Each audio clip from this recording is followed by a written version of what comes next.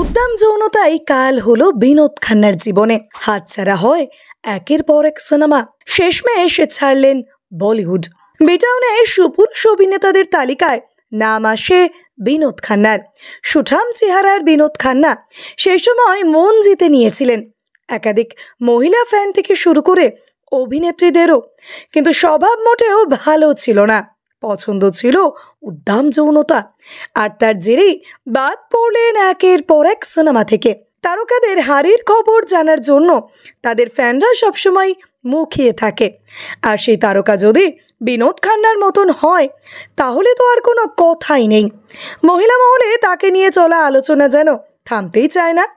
বিশেষ করে নিজের এই প্লে বয় ইমেজকে বেশ তাড়িয়ে তাড়িয়ে উপভোগও করতেন এই অভিনেতা। মাধুরী থেকে শুরু করে মীনাক্ষী বিনোদ খান্নার সঙ্গে স্ক্রিন শেয়ার করলেই তার সঙ্গেই উঠত প্রেমের গুঞ্জন। ঠিক যেভাবে অনস্ক্রিন মাধুরীর ঠোঁট কামড়ে আলোচনায় এসেছিলেন তিনি। তবে বাড়িতে স্ত্রী সন্তান থাকা সত্ত্বেও কোনো কিছুতেই কোনো ভ্রুক্ষেপ ছিল না তার। উদ্দাম যৌনতা তার বেশ পছন্দের ছিল, আর সেটাই হলো কাল। এই স্বভাবের কারণে অনেক সিনেমা থেকে ধীরে ধীরে বাদ দেওয়া হতে থাকলো এই অভিনেতাকে। এমনকি অনেক অভিনেত্রীরাও তার নামে নানান রকম খারাপ মন্তব্য করতে লাগলেন। ব্যাস, তারপর তরতরিয়ে ওঠা কেরিয়ার গ্রাফ ধপ করেই পড়ে গেল বিনোদ খান্নার। ভিডিওটি ভালো লেগে থাকলে অবশ্যই লাইক, শেয়ার, সাবস্ক্রাইব করবেন আর কমেন্টে অবশ্যই জানাবেন আপনি কোথা থেকে দেখছেন।